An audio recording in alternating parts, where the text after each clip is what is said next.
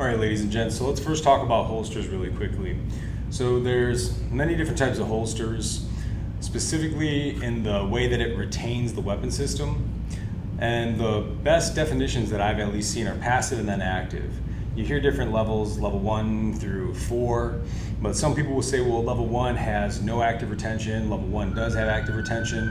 And so what I just want to go ahead and demonstrate for you guys here today is passive retention holster, and then I'll also go grab some active retention holsters, whether or not you call it level 1 or 3 or whatever, it's up to you, I don't really care.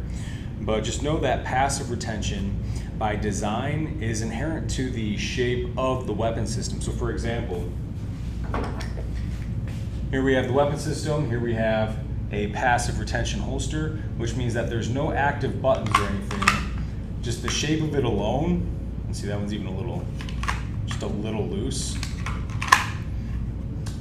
So I'm going to show you how to tighten that up here in a second. But just by pulling it out, it's going to come out. That's a passive retention holster. Now, active retention holsters, you have to push a thumb loop down, or you have those circles where you have to push in the button in order to release it. Something is actively holding it in there. For the passive, all we have are these tension screws right here, here and here.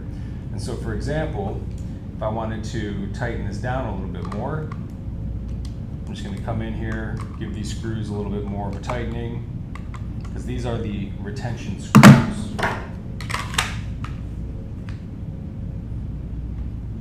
A little bit better, but I want it to be a little bit tighter. And a good way to test this out is to do things like burpees with the weapon system holstered. See, that's good. Oh yeah.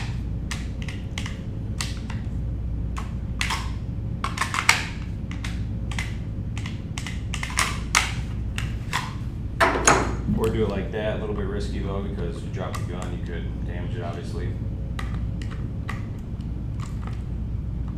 So you definitely want to have good retention on those passive retention holsters, but you could also make it too tight, and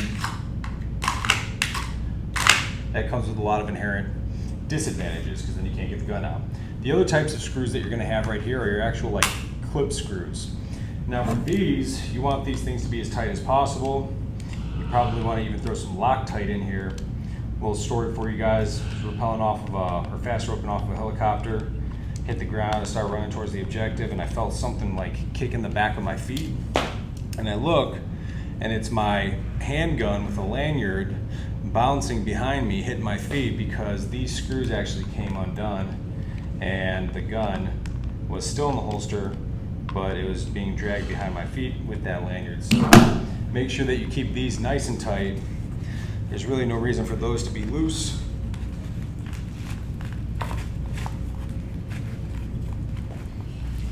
And then now, of course, this is the ultimate test, right? You want to be able to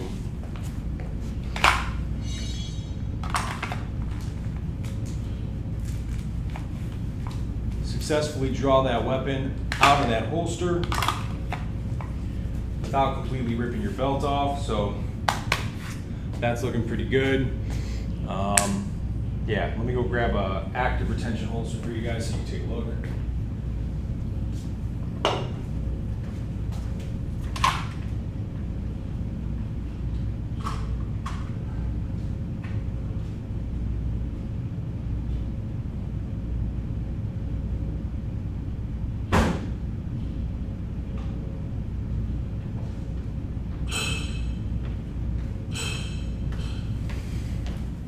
Something like this is an active retention holster, where when I go to draw that gun, I need to push down and forward on this strap. My thumb comes down here on the draw, I push forward, and that gets my hand into that high firm pistol grip, and then I pull it out. I think this one's for a 1911. Yep, so anyways, different types of holsters.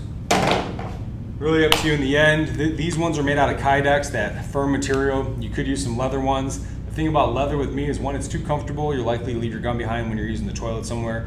But then two, I've seen leather fold into the trigger guard. So as you're trying to holster, that trigger guard actually ends up getting compromised because the leather's folding into it, especially when it gets used for a while. very comfortable, but ultimately it's up to you. Make a responsible choice. Use the right type of holster, something that you can get a good clean draw off of, something that can retain the weapon system. Again, do some burpees, push-ups, jumping jacks, hold it upside down. Make sure the gun just doesn't come falling out of there. Put some Loctite on top of that screw once you get it to that desired tension rate, and then figure out where it fits best on your body.